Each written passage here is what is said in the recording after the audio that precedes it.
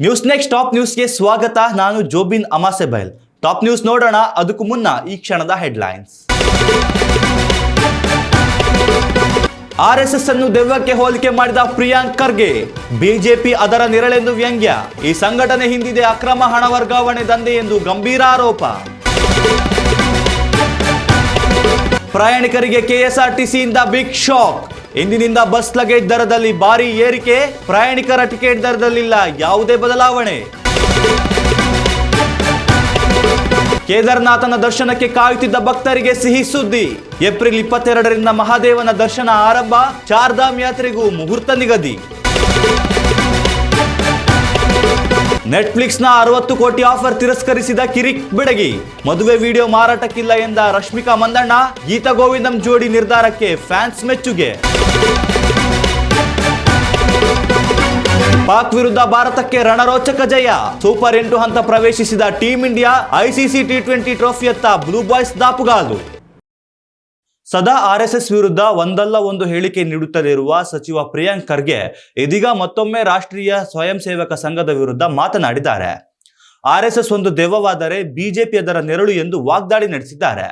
ಬೆಂಗಳೂರಿನ ಗಾಂಧಿ ಭವನ ಸಭಾಂಗಣವೊಂದರಲ್ಲಿ ನಡೆದ ಕಾರ್ಯಕ್ರಮದಲ್ಲಿ ಭಾಗಿಯಾಗಿ ಮಾತನಾಡಿದ ಅವರು, ನಾವು ನೆರಳಿನೊಂದಿಗೆ ಹೋರಾಡುತ್ತಿದ್ದೇವೆ. ನೆರಳನ್ನು ಬಿಟ್ಟು ನೇರವಾಗಿ ದೆವ್ವದ ಜೊತೆ ಹೋರಾಡಿದರೆ ಮಾತ್ರ ದೇಶ ಉದ್ಧಾರವಾಗಲು ಸಾಧ್ಯ ಎಂದಿದ್ದಾರೆ. ನಾನು ಆರ್ಎಸ್ಎಸ್ ಬಗ್ಗೆ ಈಗ ತುಂಬಾ ಆಳವಾಗಿ ಅಧ್ಯಯನ ನಡೆಸುತ್ತಿದ್ದೇನೆ. ಆರ್ಎಸ್ಎಸ್ಗೆ ಎಲ್ಲಿಂದ ಹಣ ಬರುತ್ತೆ ಎಂದರೆ ಅವರ ಬಳಿ ಇದಕ್ಕೆ ಉತ್ತರವಿಲ್ಲ. ಇದರ ಹಿಂದೆ ದೊಡ್ಡ ಹಣ ವರ್ಗಾವಣೆಯ ದಂಧೆಯೇ ಇದೆ. ಅಮೆರಿಕ, ಇಂಗ್ಲೆಂಡ್ನಿಂದ ಆರ್ಎಸ್ಎಸ್ಗೆ ದುಡ್ಡು ಹರಿದು ಬರ್ತಿದೆ.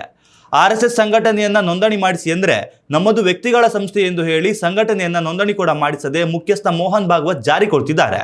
ಯಾವುದೋ ಕ್ಲಬ್ಗಳೇ ನೋಂದಣಿಯಾಗುತ್ತಿರುವಾಗ ಆರ್ಎಸ್ಎಸ್ ಏಕೆ ನೋಂದಣಿ ಆಗಬಾರದು? ಇವತ್ತಲ್ಲ ನಾಳೆ ಆರ್ಎಸ್ಎಸ್ ನೋಂದಣಿ ಆಗುತ್ತೆ. ಅದನ್ನ ನಾನು ಮಾಡಿಸುತ್ತೇನೆ. ಆರ್ಎಸ್ಎಸ್ ಒಂದು ಇರದಿದ್ದರೆ ಬಿಜೆಪಿ ಜೆಡಿಎಸ್ಗಿಂತಲೂ ಕಡಿಯಾಗಿ ಇರುತ್ತಿತ್ತು. ಬಿಜೆಪಿಗೆ ಯಾವುದೇ ಬೆಂಬಲ ಕೂಡ ಇರ್ತಾ ಇರಲಿಲ್ಲ ಎಂದು ವ್ಯಂಗ್ಯವಾಡಿದ್ದಾರೆ. ಉತ್ತಮ ಸಂಸ್ಕಾರಯುತ ಶಿಕ್ಷಣದೊಂದಿಗೆ VSS English medium CBSE school Udupi Muddur. ನರ್ಸರಿಯಿಂದ 10ನೇ ತರಗತಿವರೆಗೆ ಶಿಕ್ಷಣದ ಜೊತೆಗೆ 5ರಿಂದ 10ನೇ ತರಗತಿವರೆಗಿನ ವಿದ್ಯಾರ್ಥಿನಿಯರಿಗೆ ಉತ್ತಮ ಹಾಸ್ಟೆಲ್ ಸೌಲಭ್ಯವೂ ಇದೆ.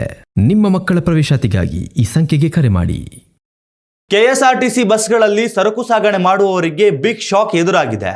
ಲಗೇಜ್ ದರಗಳಲ್ಲಿ ಕರ್ನಾಟಕ ರಾಜ್ಯ ರಸ್ತೆ ಸಾರಿಗೆ ನಿಗಮವು ಪರಿಷ್ಕರಣೆ ಮಾಡಿದ್ದು, ನೂತನ ದರವು ಇಂದಿನಿಂದಲೇ ಜಾರಿಗೆ ಬಂದಿದೆ. 2021ರಲ್ಲಿ ಕೊನೆಯ ಬಾರಿಗೆ ಲಗೇಜ್ ದರದಲ್ಲಿ ಪರಿಷ್ಕರಣೆ ಮಾಡಲಾಗಿತ್ತು. ಇದಾದ ಬಳಿಕ ಹಲವು ಬಾರಿ ಪ್ರಯಾಣಿಕರ ಟಿಕೆಟ್ ದರದಲ್ಲಿ ಏರಿಕೆ ಕಂಡಿದ್ದರೂ ಎಂದಿಗೂ ಲಗೇಜ್ ದರದಲ್ಲಿ ಏರಿಕೆ ಕಂಡು ಬಂದಿರಲಿಲ್ಲ. ಇದೀಗ ಈ ದರದಲ್ಲಿ ಕೂಡ ಏರಿಕೆ ಕಂಡಂತಾಗಿದೆ. ಇನ್ನು ದರ ಪರಿಷ್ಕರಣೆ ಯಾವ ರೀತಿ ಮಾಡಲಾಗಿದೆ ಎಂಬುದನ್ನು ನೋಡುವುದಾದರೆ, 1ರಿಂದ 5ನೇ ಸ್ಟೇಜ್ವರೆಗೆ ಈ ಹಿಂದೆ 5 ರೂಪಾಯಿ ಇದ್ದ ದರವು ಇದೀಗ 6 ರೂಪಾಯಿಗಳಿಗೆ ಏರಿಕೆ ಕಂಡಿದೆ. 6ರಿಂದ 13 ಸ್ಟೇಜ್ವರೆಗಿದ್ದ ಈ ಹಿಂದಿನ 10 ರೂಪಾಯಿ ದರವು 12 ರೂಪಾಯಿಗಳಿಗೆ ಏರಿಕೆ ಕಂಡಿದೆ. 156ರಿಂದ 160 ಸ್ಟೇಜ್ವರೆಗೆ ಈ ಹಿಂದೆ ಇದ್ದ 123 ರೂಪಾಯಿ ಇದ್ದ ದರವನ್ನು 145 ರೂಪಾಯಿಗಳಿಗೆ ಏರಿಸಿ ಪರಿಷ್ಕರಿಸಲಾಗಿದೆ. ಇನ್ನು ಪ್ರಯಾಣಿಕ ರಹಿತ ಲಗೇಜ್ ದರದಲ್ಲಿ ಕೆಎಸ್ಆರ್ಟಿಸಿ ಏರಿಕೆ ಮಾಡುತ್ತಿದ್ದಂತೆಯೇ ಇಂದಿನಿಂದ ಪ್ರಯಾಣಿಕರ ಟಿಕೆಟ್ ದರ ಕೂಡ ಏರಿಕೆಯಾಗಿದೆ ಎಂಬ ಸುದ್ದಿ ಎಲ್ಲೆಡೆ ಹರಡಿತ್ತು. ಆದರೆ ಈ ವಿಚಾರವಾಗಿ ಕೆಎಸ್ಆರ್ಟಿಸಿ ಸ್ಪಷ್ಟನೆ ನೀಡಿದ್ದು, ಪ್ರಯಾಣಿಕರ ಟಿಕೆಟ್ ದರದಲ್ಲಿ ಯಾವುದೇ ಬದಲಾವಣೆ ಮಾಡಿಲ್ಲ ಎಂದು ಹೇಳಿದೆ. ಚಳಿಗಾಲದ ಹಿನ್ನೆಲೆಯಲ್ಲಿ ಕಳೆದ 6 ತಿಂಗಳಿನಿಂದ ಮುಚ್ಚಲ್ಪಟ್ಟಿದ್ದ ಕೇದಾರನಾಥ ದರ್ಶನಕ್ಕೆ ಕೊನೆಗೂ ಕಾಲ ಕೂಡಿ ಬಂದಿದೆ. ಸಂಪ್ರದಾಯದ ಪ್ರಕಾರ ಶಿವರಾತ್ರಿಯ ದಿನದಂದು ಉಕ್ಕಿಮಠದ ಓಂಕಾರೇಶ್ವರ ದೇವಸ್ಥಾನದಲ್ಲಿ ಧಾರ್ಮಿಕ ಸಭೆ ನಡೆಸಿ ಬಳಿಕ ಕೇದಾರನಾಥ್ ದೇಗುಲದ ಬಾಗಿಲು ತೆಗೆಯುವ ದಿನಾಂಕವನ್ನು ಘೋಷಣೆ ಮಾಡಲಾಯಿತು. ವಿದ್ವಾಂಸರು ಹಾಗೂ ಪುರೋಹಿತರು ಪಂಚಾಂಗ ಆಧರಿಸಿ ಏಪ್ರಿಲ್ 22ರ ಬೆಳಿಗ್ಗೆ 8ರಂದು ದೇವಸ್ಥಾನದ ಬಾಗಿಲು ತೆರೆಯುವುದಾಗಿ ಘೋಷಣೆ ಮಾಡಿದ್ದಾರೆ. ಇನ್ನು ಗಂಗೋತ್ರಿ ಹಾಗೂ ಯಮುನೋತ್ರಿ ಏಪ್ರಿಲ್ 19ರಂದು ಬಾಗಿಲು ತೆರೆಯಲಿದೆ. ಬದ್ರಿನಾಥ ದೇಗುಲವು ಏಪ್ರಿಲ್ 23ರಿಂದ ಭಕ್ತರ ದರ್ಶನಕ್ಕೆ ಮುಕ್ತವಾಗಲಿದೆ. ಇನ್ನು ಈ ವಿಚಾರವಾಗಿ ಮಾತನಾಡಿದ ಉತ್ತರಾಖಂಡ್ ಸಿಎಂ ಪುಷ್ಕರ್ ಸಿಂಗ್ ಧಾಮಿ, ಚಾದರ್ಧಾಮ್ ಯಾತ್ರೆಗೆ ಬರುತ್ತಿರುವ ಭಕ್ತರ ಸಂಖ್ಯೆ ವರ್ಷದಿಂದ ವರ್ಷಕ್ಕೆ ಹೆಚ್ಚುತ್ತಿದ್ದು, ಭಕ್ತರ ಸುರಕ್ಷತೆಗೆ ನಮ್ಮ ಸರ್ಕಾರ ಬದ್ಧವಾಗಿರಲಿದೆ. ರಸ್ತೆಗಳ ದುರಸ್ತಿ ಕಾರ್ಯ ಹಾಗೂ ಮೂಲಸೌಕರ್ಯ ಅಭಿವೃದ್ಧಿ ಕಾರ್ಯಗಳು ಈಗಾಗಲೇ ಆರಂಭಿಸಿದ್ದೇವೆ ಎಂದು ಹೇಳಿದ್ದಾರೆ. ಉತ್ತಮ ಸಂಸ್ಕಾರಯುತ ಶಿಕ್ಷಣದೊಂದಿಗೆ VSS English medium CBSE school Udupi Muddur. ನರ್ಸರಿಯಿಂದ 10ನೇ ತರಗತಿವರೆಗೆ ಶಿಕ್ಷಣದ ಜೊತೆಗೆ 5ರಿಂದ 10ನೇ ತರಗತಿವರೆಗಿನ ವಿದ್ಯಾರ್ಥಿನಿಯರಿಗೆ ಉತ್ತಮ ಹಾಸ್ಟೆಲ್ ಸೌಲಭ್ಯವೂ ಇದೆ. ನಿಮ್ಮ ಮಕ್ಕಳ ಪ್ರವೇಶಾತಿಗಾಗಿ ಈ ಸಂಖ್ಯೆಗೆ ಕರೆ ಮಾಡಿ.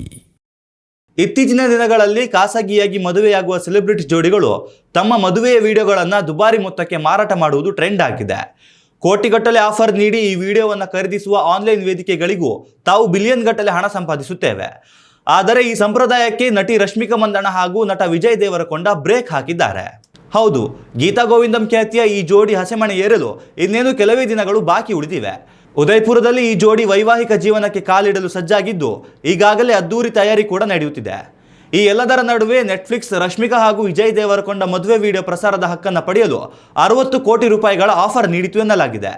ಆದರೆ ಈ ಆಫರ್ ನಿರಾಕರಿಸಿರುವ ರಶ್ಮಿಕಾ ಮಂದಣ್ಣ ನಮ್ಮ ಮದುವೆ ಕ್ಷಣಗಳು ಮಾರಾಟಕ್ಕಿಲ್ಲ ಎಂದು ಹೇಳಿದ್ದಾರೆ. ಹಣಕ್ಕಾಗಿ ತಮ್ಮ ಮದುವೆ ವಿಡಿಯೋನ ವ್ಯಾಪಾರ ಮಾಡಲು ಇಚ್ಛಿಸಿದ ರಶ್ಮಿಕಾ ಮಂದಣ್ಣ ನಿರ್ಧಾರ ಅಭಿಮಾನಿಗಳಿಗೆ ಖುಷಿ ತಂದಿದೆ. ಮದುವೆಯನ್ನು ವ್ಯಾಪಾರ ಕೇಂದ್ರ ಮಾಡಲು ಇಚ್ಛಿಸಿದ ರಶ್ಮಿಕಾಗೆ ಫ್ಯಾನ್ಸ್ ಬೇಷ್ ಎಂದಿದ್ದಾರೆ. ಸದಾ ವಿವಾದಗಳ ಮೂಲಕವೇ ಸುದ್ದಿ ಮಾಡೋ ಈ ಕಿರಿಕ್ ಬೆಡಿಗೆ ಇದೇ ಮೊದಲ ಬಾರಿಗೆ ಪ್ರಶಂಸೆ ಪಡೆದುಕೊಳ್ಳುತ್ತಿದ್ದಾರೆ. ಕೊಲಂಬೋದಲ್ಲಿ ಪಾಕಿಸ್ತಾನ ಹಾಗೂ ಟೀಂ ಇಂಡಿಯಾ ನಡುವೆ ನಡೆದ ICC T20 ಪಂದ್ಯಾವಳಿಯಲ್ಲಿ ಭಾರತ ದಿಗ್ವಿಜಯ ಸಾಧಿಸಿದೆ.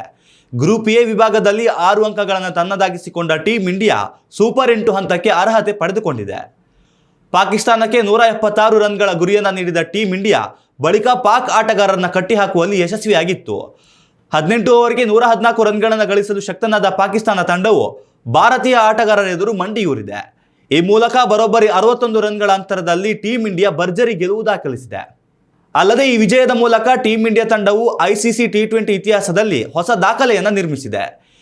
2022ರಲ್ಲಿ ಪಾಕ್ ವಿರುದ್ಧ ಮೆಲ್ಬರ್ನ್ನಲ್ಲಿ ಭಾರತ 160 ರನ್ ಗಳಿಸಿದ್ದೇ ದೊಡ್ಡ ಮೊತ್ತವಾಗಿತ್ತು. ಈಗ 175 ರನ್ ಗಳಿಸುವ ಮೂಲಕ ಅತಿ ಹೆಚ್ಚು ರನ್ ಬಾರಿಸಿದ ದಾಖಲೆ ಕೂಡ ಭಾರತದ್ದಾಗಿದೆ. ಇನ್ನಷ್ಟು ತಾಜಾ ಸುದ್ದಿಗಳಿಗಾಗಿ ನೋಡ್ತಾ ಇರಿ ನ್ಯೂಸ್ ನೆಕ್ಸ್ಟ್. ಇದು ವರ್ತಮಾನದ ಕೈಗನ್ನಡಿ. ಉತ್ತಮ ಸಂಸ್ಕಾರಯುತ ಶಿಕ್ಷಣದೊಂದಿಗೆ VSS English medium CBSE school Udupi Muddur. ನರ್ಸರಿಯಿಂದ 10ನೇ ತರಗತಿವರೆಗೆ ಶಿಕ್ಷಣದ ಜೊತೆಗೆ 5ರಿಂದ 10ನೇ ತರಗತಿವರೆಗಿನ ವಿದ್ಯಾರ್ಥಿನಿಯರಿಗೆ ಉತ್ತಮ ಹಾಸ್ಟೆಲ್ ಸೌಲಭ್ಯವೂ ಇದೆ. ನಿಮ್ಮ ಮಕ್ಕಳ ಪ್ರವೇಶಾತಿಗಾಗಿ ಈ ಸಂಖ್ಯೆಗೆ ಕರೆ ಮಾಡಿ.